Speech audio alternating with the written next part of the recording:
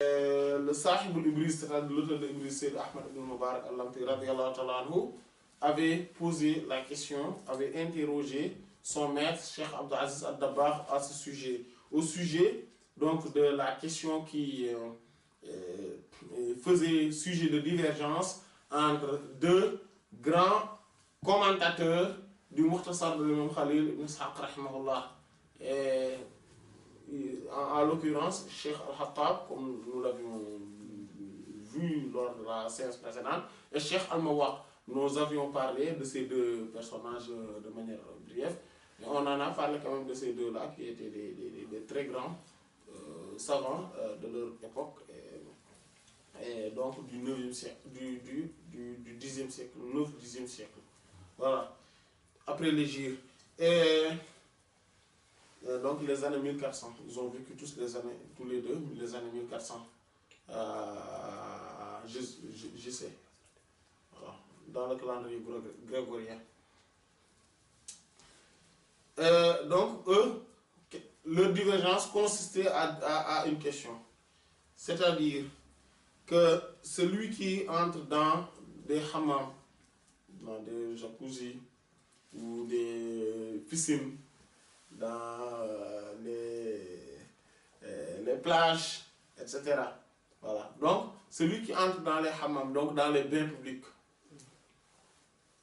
avec des gens qui se sont dévoilés et qui n'ont pas pris le peine de se couvrir le corps. Voilà, comme on le voit hein, dans les hammams, dans les comment ça s'appelle, dans les piscines, mais on voit les gens viennent avec sans prendre la peine de se couvrir le corps, quoi. Voilà, ils sont presque nus. S'ils ne sont pas nus, ils sont presque nus. Hein. Voilà.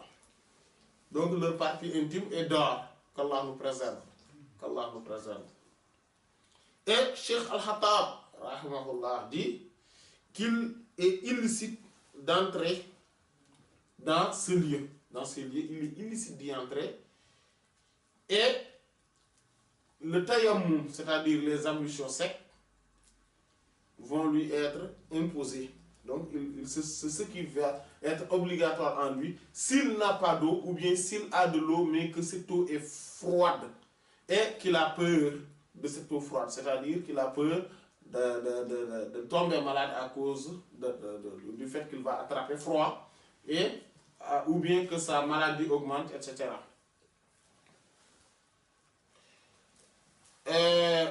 Cheikh Al-Mawaq, rahimahullah, il dit non, vu que les ablutions sont trop importantes, quand même, pour la prière et pour les actes de culte, donc il faudrait quand même qu'il entre, qu'il prenne de l'eau. Mais ce qu'il va faire, c'est qu'il va entrer, il va lui se couvrir, il ne va pas faire comme les autres, il va se couvrir, et il va fermer ses yeux, ou en tout cas il va baisser son regard, faire son maximum pour prendre de l'eau et sortir le plus rapidement possible et faire ses ablutions. Donc c'est ce qu'il va faire.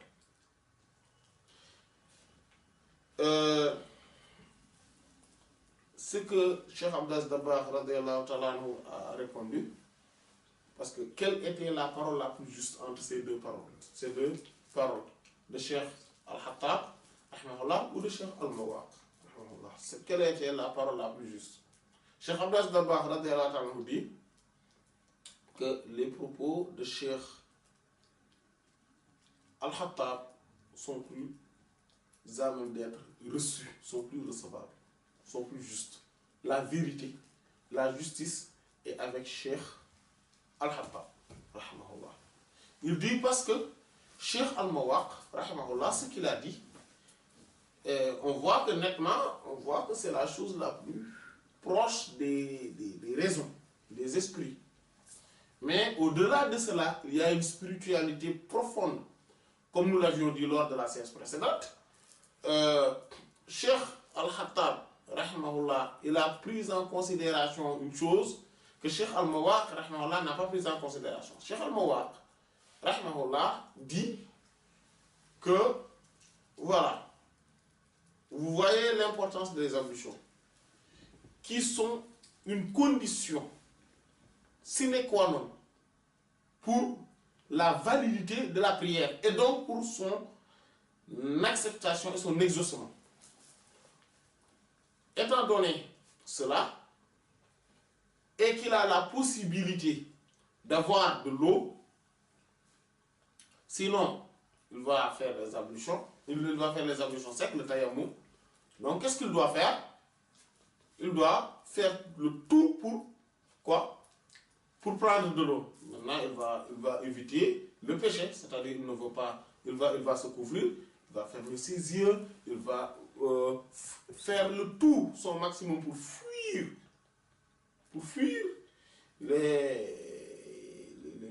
de regarder les parties intimes des gens, et il va s'extraire le plus rapidement possible de ce milieu et faire ses ablutions. Et ça, si on regarde bien, on voit que sa position est très justifiée. Mais Cheikh Abbas Dabakh nous dit qu'il y a une chose qui est extrêmement importante et qui est problématique et grave. C'est que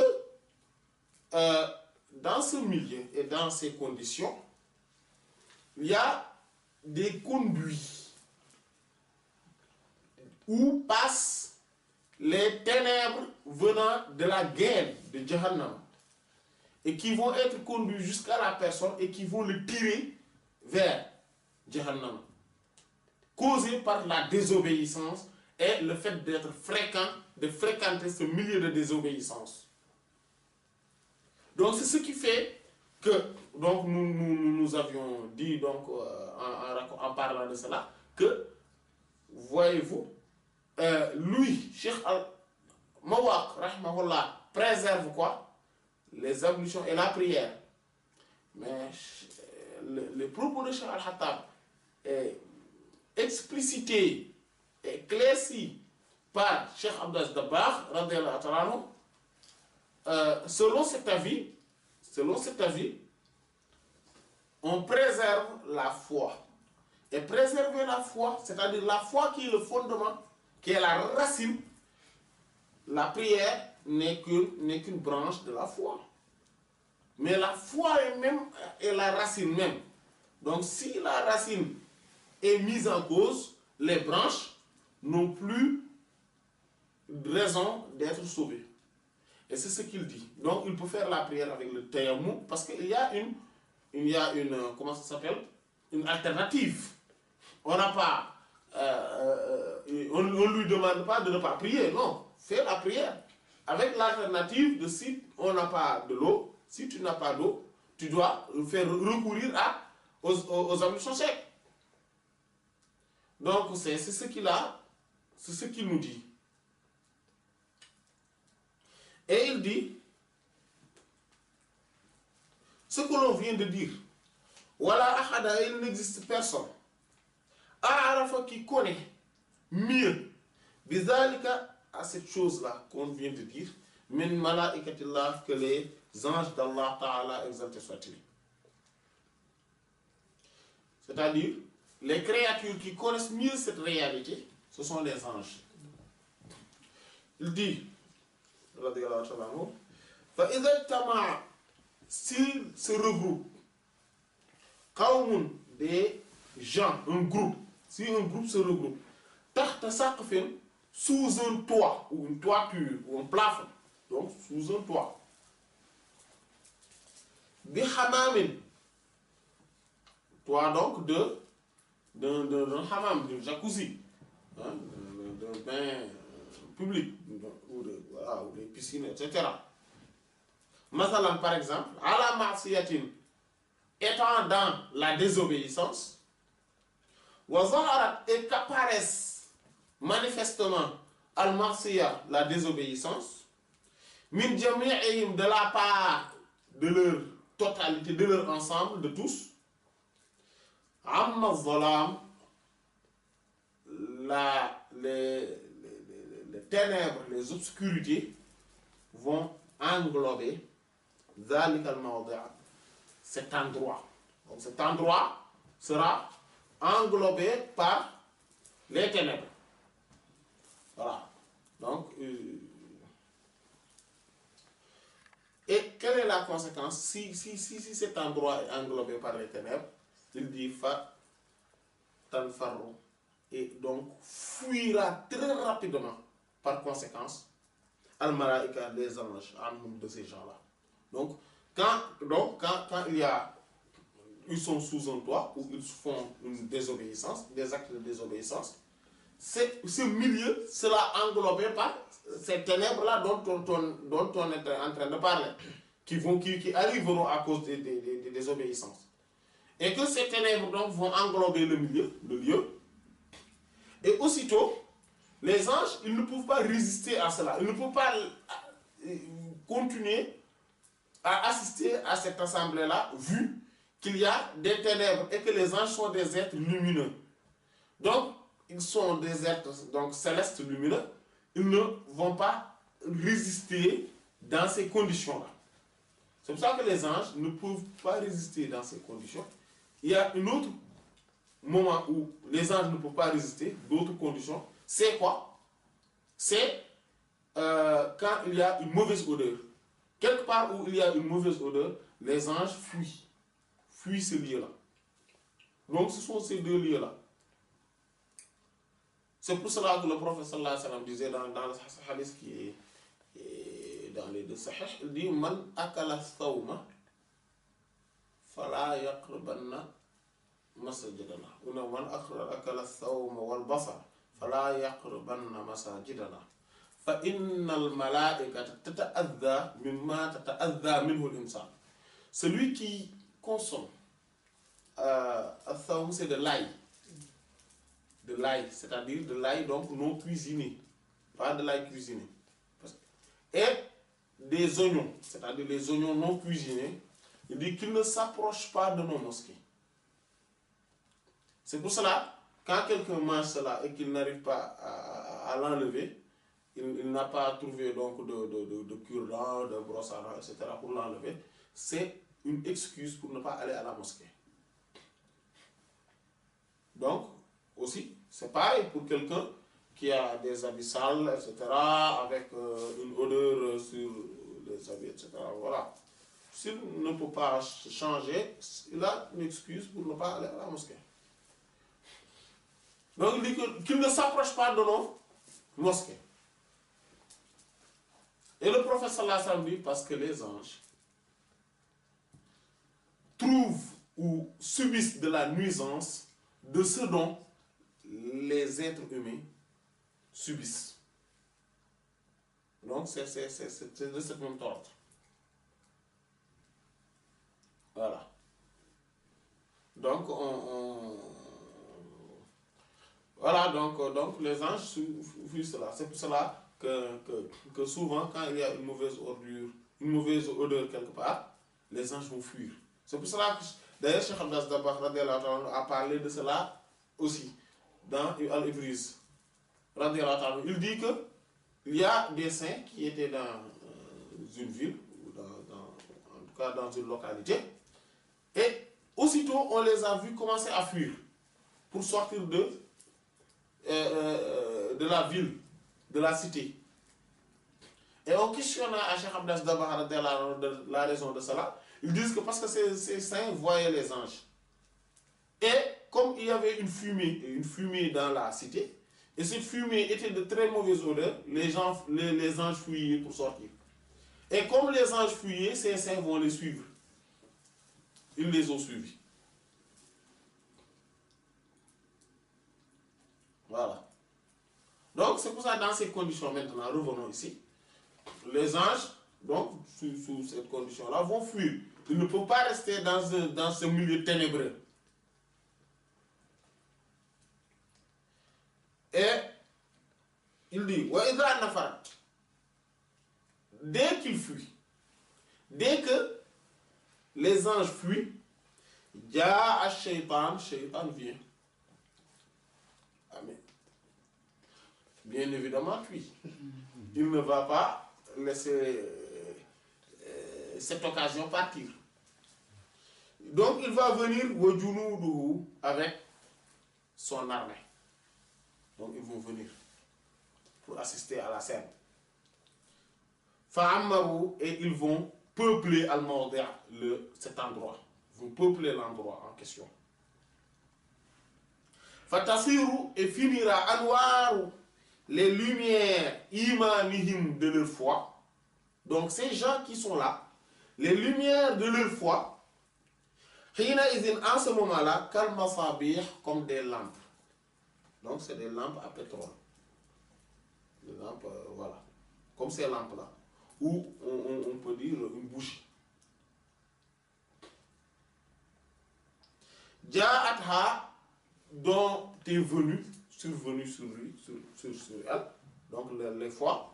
Ar-riyah al-asifa, les vents ardents. Donc, des vents, des rafales. Viens. Min kulli makanin, de la part de tout lieu. Donc, de tous côtés, il y a des vents forts qui arrivent. Vouf, vouf, vouf, sur la lumière de leur foi, qui sont comme à l'image d'une lampe ou d'une bougie.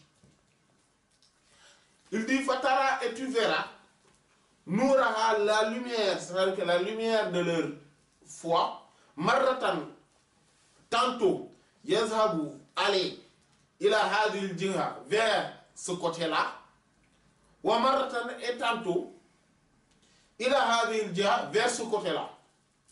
Wa Marratan, et tantôt, parfois, tantôt, Yana Kisu commence à s'inverser. C'est-à-dire, au début, la lampe, la lumière, vous voyez les lampes tempêtes là à pétrole. Donc la lumière s'élève, mais quand il y a beaucoup de vent de par-ci par-là, on voit, ça fait vouf, la lumière va de l'autre côté. Après, vouf, la lumière va de l'autre côté, et puis, quoi, on voit, à un moment donné, on voit que, au lieu maintenant d'avoir une lumière qui s'étale en haut, qui s'allume, on voit que cette lumière commence à se rabaisser maintenant, s'inverser, se rabaisse. Il a asphalte jusqu'en bas. Hatta taqula, jusqu'à ce que tu puisses dire, que c'est certes cette lumière, intafa'a, est en train de s'éteindre, ou s'est éteint, wadmahalla, et a disparu. Jusqu'à ce que tu aies l'impression que la lumière s'est éteinte ou a disparu. Walihada, c'est pour cela. Vous voyez l'exemple qu'il a donné? Donc la foi, dans ces conditions de l'être humain, sera comparée à cette lampe-là, qui subit les rafales des vents. Et on voit, tantôt ça va à droite, parfois à gauche, parfois devant, parfois derrière, parfois se rabaisse, jusqu'à ce qu'on ait l'impression que ça s'éteint, ou que la lumière disparaît. Il dit, c'est pour cela. Kanatil ma'asi, que les désobéissances, les actes de désobéissance sont baridul kufr, les prémices de la mécréance. Wal'iyadhu billah, wal'iyadh, la préservation. Billah et par Allah. Donc, c'est-à-dire, cette expression, c'est pour dire que c'est que nous demandons pour qu'Allah, qu'il nous préserve, qu'il nous sauve. Voilà. En fait, donc, et cette expression-là est une expression connue chez les salafs, c'est-à-dire chez les prédécesseurs, les pieux prédécesseurs. Ils disaient que Al-Ma'afi Baridul Kufr. Les actes de désobéissance sont les prémices de la mécréance. C'est pour cela qu'on le dise. Parce que quand on est dans la désobéissance, on est dans ces conditions-là. On risque d'être dans ces conditions-là. Et donc, on risque de voir la lumière de la foi s'éteindre du jour au lendemain. Et d'un seul coup. Qu'Allah nous préserve.